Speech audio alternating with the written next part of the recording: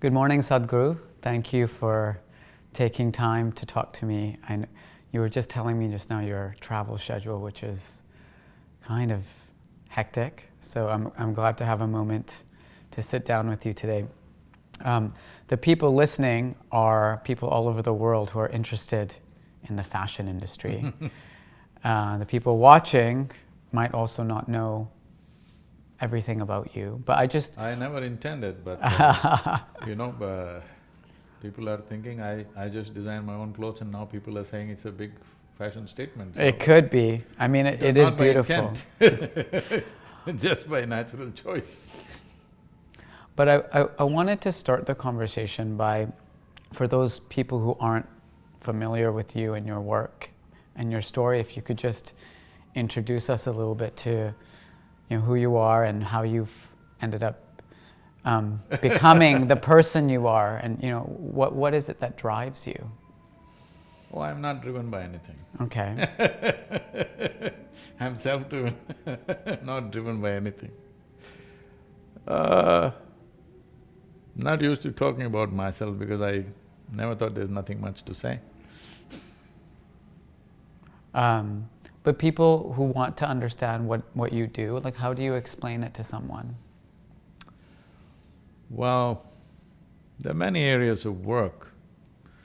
So people are always trying to define themselves by what they do. Right. This is what I'm trying to change in the world. What you do should not define who you are. Who you are should define what you do. Right. So, who I am is really nothing, so I do whatever is needed. Right. So that got me involved in variety of things. Mm-hmm. One thing is fundamental human well-being. So systems for human well-being, which we developed, come under the brand of inner engineering. Then ecological needs are there, so we started what is called as Project Green Hands. We planted over 33 million trees, so people started calling me a tree planter. Then I said, I'm not a tree planter, my basic work is to make human beings blossom. Then the rivers in India was bad, so we started Rally for Rivers, which became the largest ecological movement on the planet. 162 million people participated in a month-long event. And this has become a recommended policy in India for all the states. The central government recommended the Rally for Rivers policy recommendation document we gave. The United Nations also took it up and we launched what is called as a decade of action in UN. Well, we are involved in education.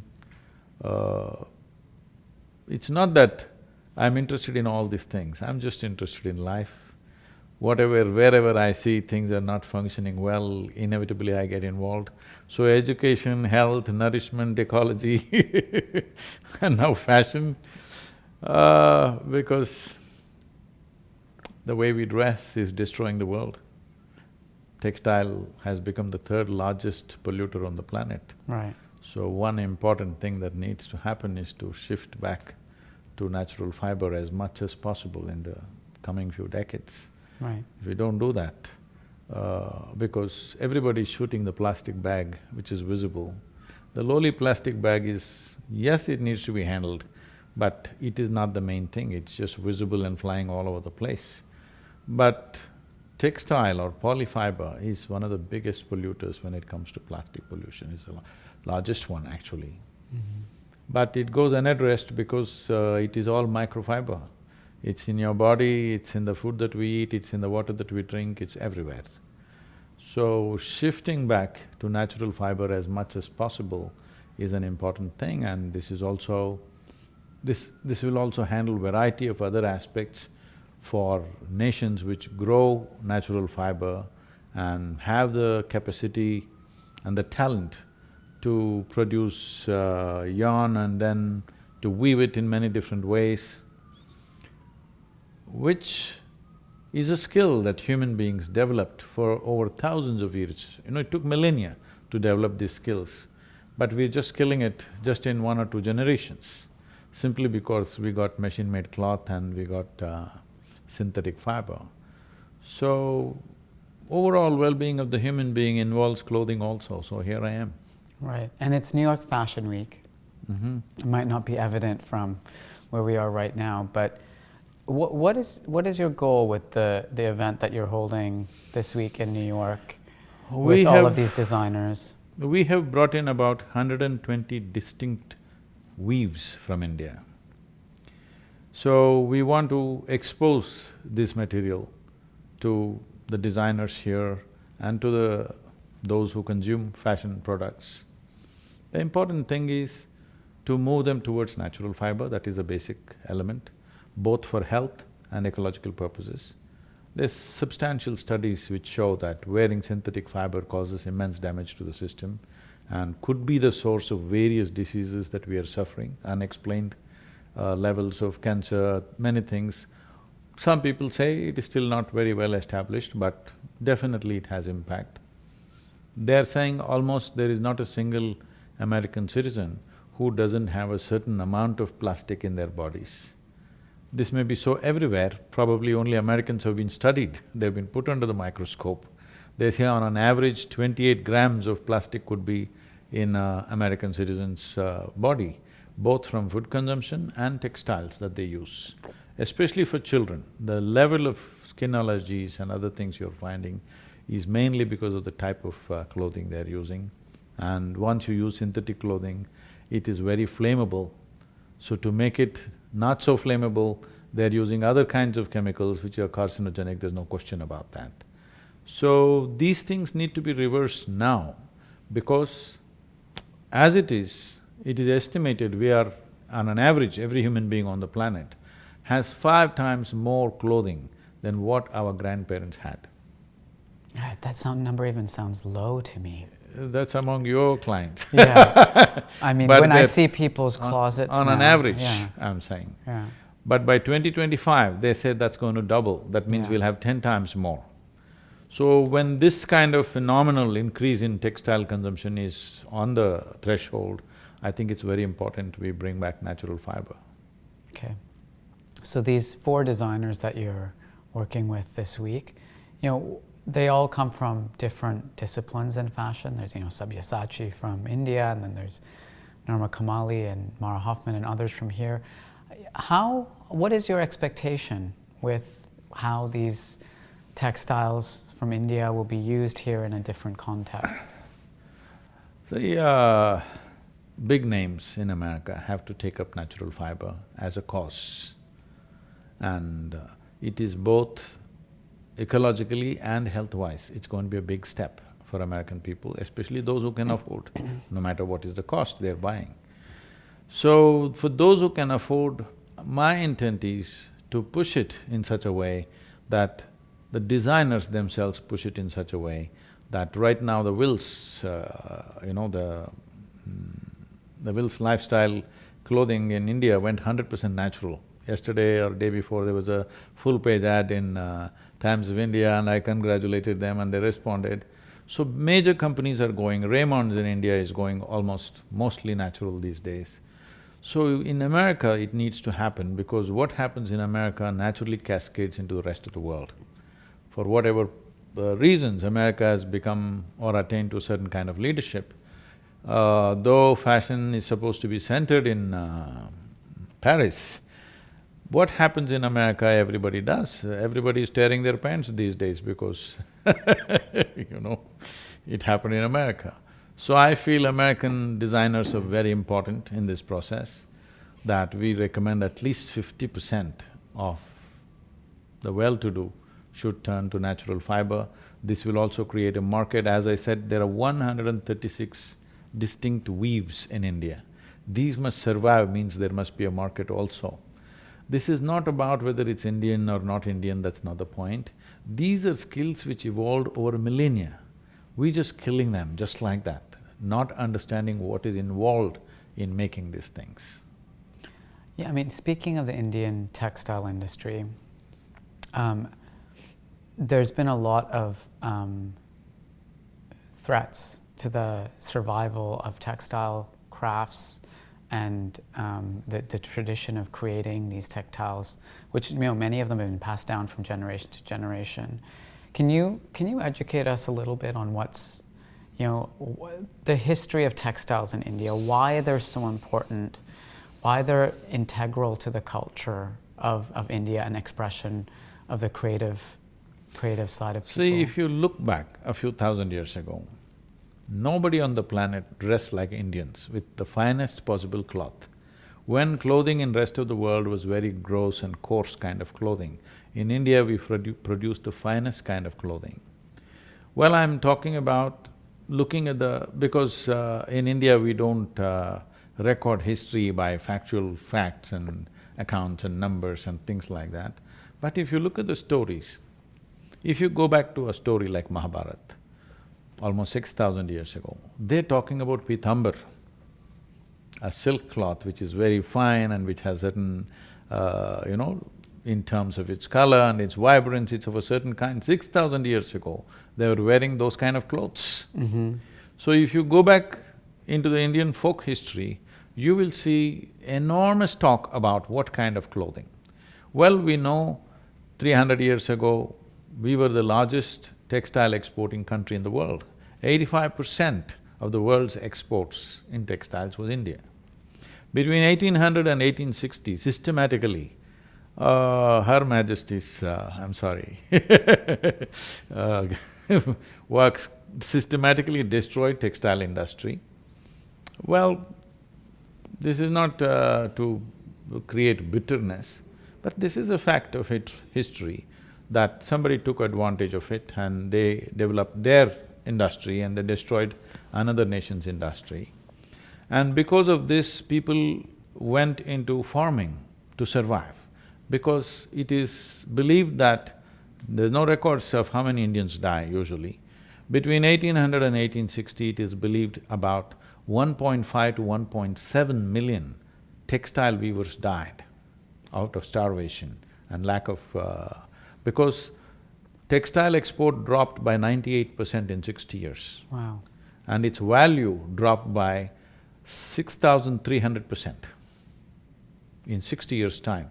So people lost their livelihoods, and that's when everybody moved into agriculture.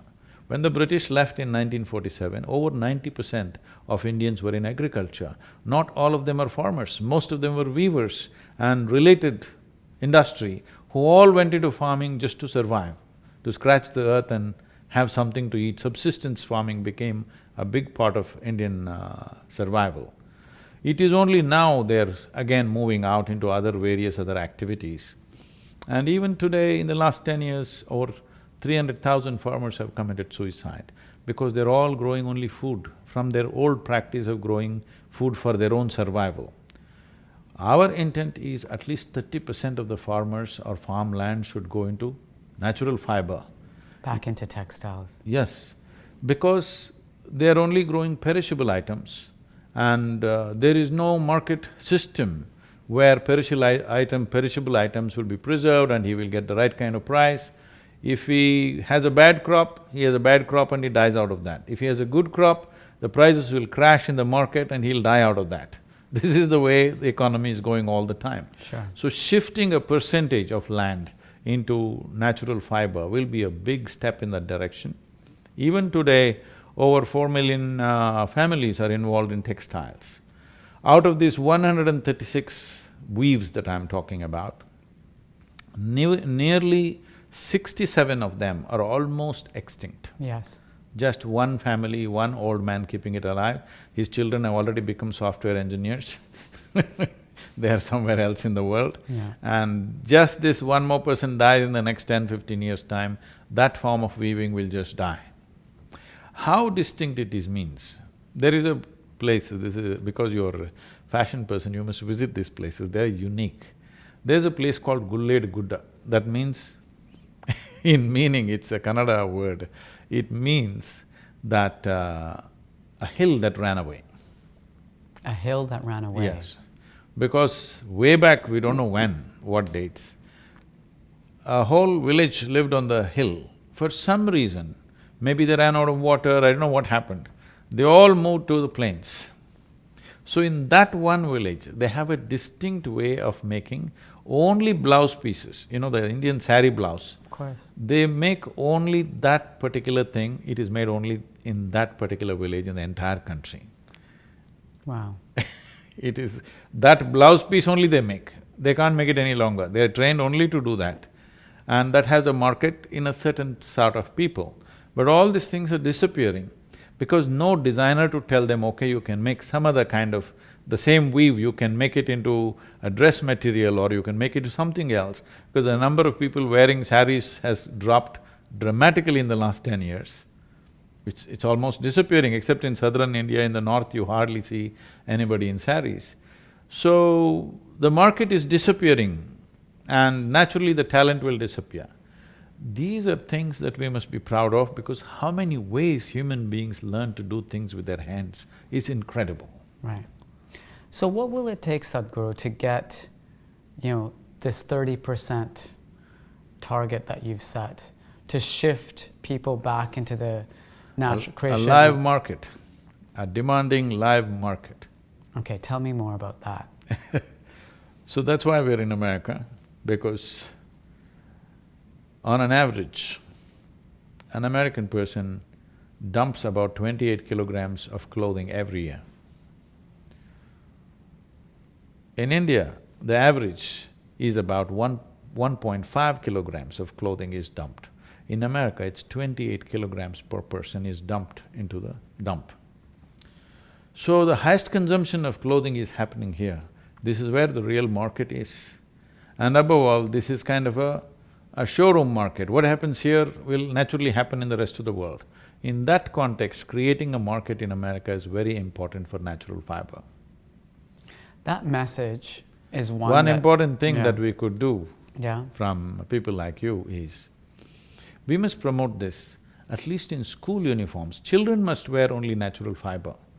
We can produce a whole lot of medical documents, research to show what kind of impact it'll have on the child's life, mind, development, neurological system, learning disabilities, how just natural fiber will have impact on the child's growth.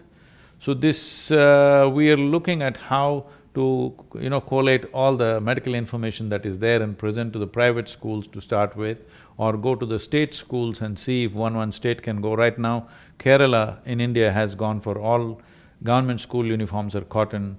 Now I'm pitching with the central government to push for this. Now it's election time. This time it may not happen, but by next academic year, we are looking at least 3 to 4 states in India must go, that government schools where millions of children study, their uniforms should become natural fiber, whatever it is in that region. I mean, it's a very powerful point. The challenge here in America is that not all of the kids in school wear uniforms, and people have been talking about messages of sustainability and natural fibers for many years.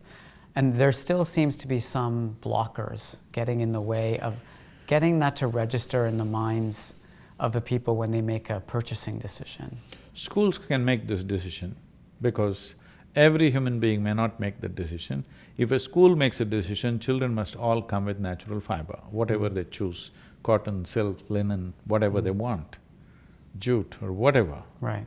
So if they make the decision whether they're wearing a fixed uniform or whatever they wear, the most important thing is, we must move away from this sense of clothing must be all starched like a knife and, must be pointing this way, we are not in some army or something. It's all right to wear something little crumply, Actually, the most affluent people are wearing very crumply and torn clothes again. This is true. The other interesting connection to Indian textiles happens to be a timely one, because this is the 150th anniversary of the birth of Gandhi. That is why we call this Fashion for Peace. Okay, so tell me I'm part about of the that. 20-member committee chaired by the Prime Minister for this. So as a part of this, we are doing 3 major focus of activity. One thing is, we are doing big movements with the farmers. So, we are setting up large-scale farmer-producer organizations, bringing scale to India's farming. India's farming, the biggest problem is lack of scale, because the average land ownership is 1 hectare, which is 2.25 acres. With that scale, the investment that goes into it, there's no way he's going to make it.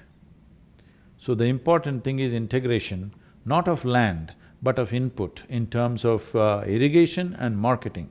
These two things we want to integrate through what is called as a farmer-producer organizations, for which work is going on. We're setting up a few model villages, and this work is going on because that was very dear to Mahatma Gandhi, the village life that should be sustainable and economically dignified for the rural population. The next thing is textile, because when you think of Mahatma Gandhi, you're always thinking of a spinning wheel, charaka it's called. So we are into textiles, this is called Save the Weave project, and right now it is being… in America it is named as Fashion for Peace, but in India it goes by the same umbrella brand, Save the Weave. Many things are being done. We are identifying all those type of weaves which are dying, which are sure to die in the next 10 to 20 years' time, because there's only one family usually keeping it up. We are seeing how to put young people who are interested in learning and propagating that and taking it up as a business. For all this, market is important. That's why one focus is here, and in India we're doing various other things for the same.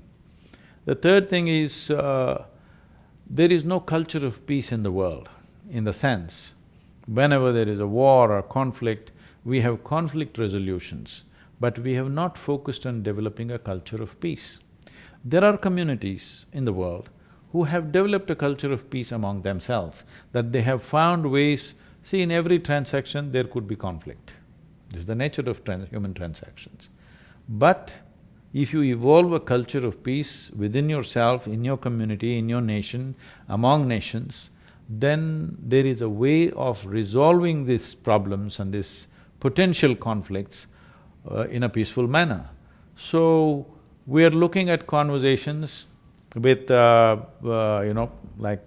celebrities who will turn everybody's heads in the world, those kind of celebrities. One we will do either in New York or Washington, another in London, one in Berlin and one in Moscow, and then we are closing with Porbandar.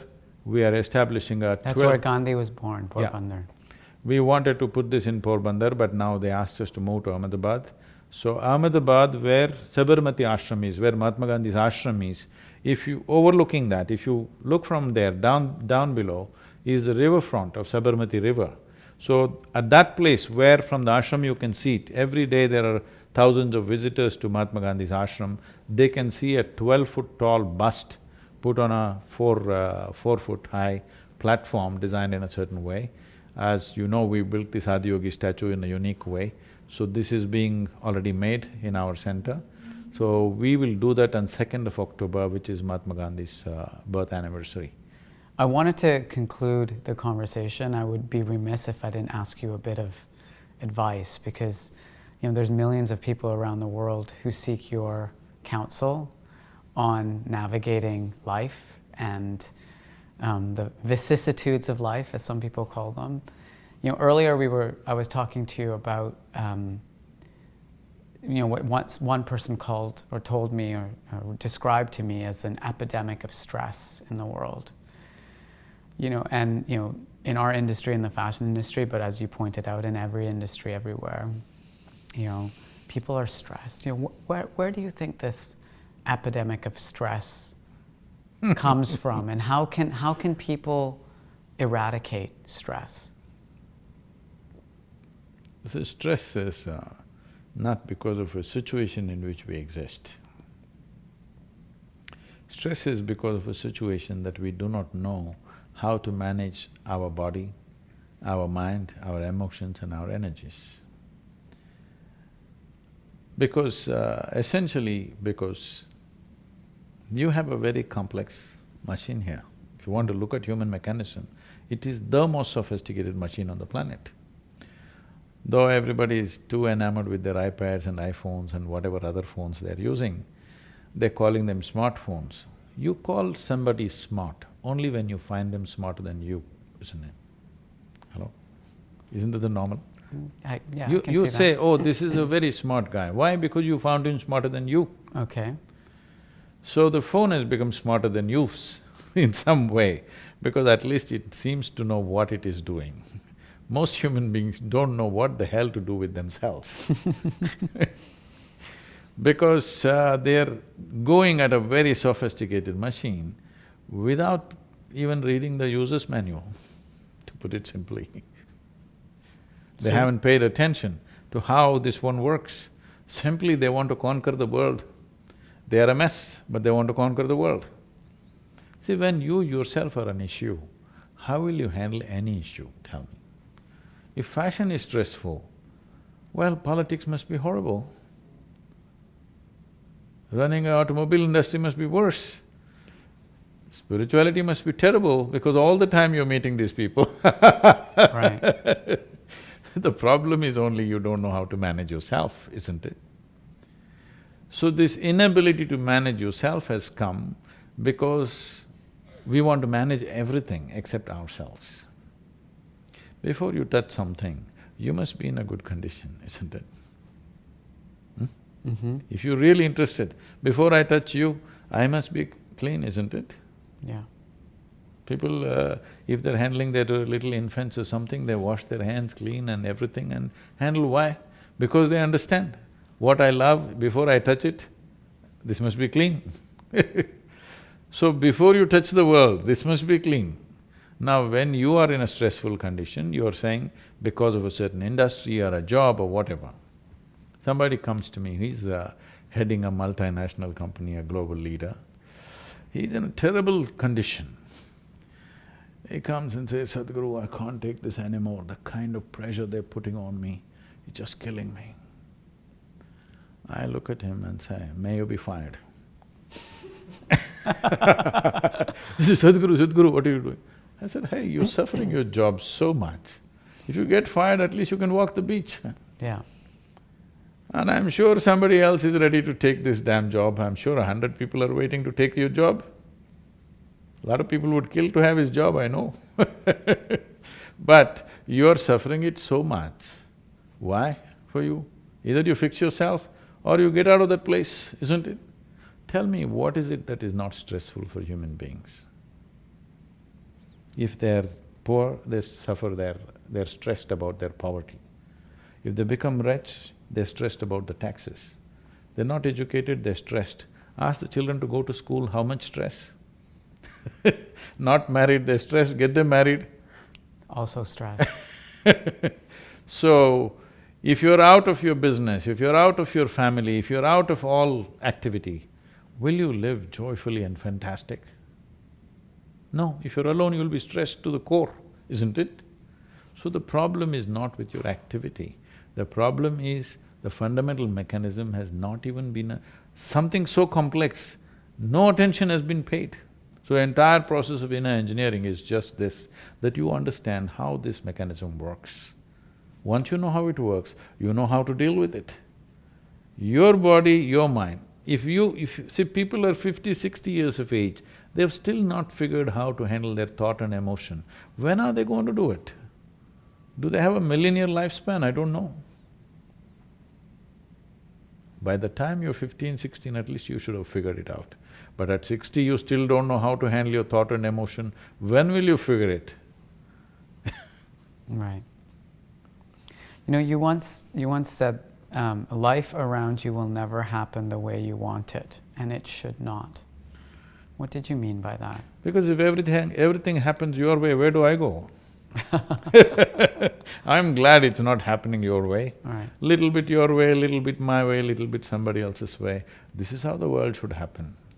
If it happens all your way, or even if you want it all your way, you're a tyrant. It'll never happen though, fortunately.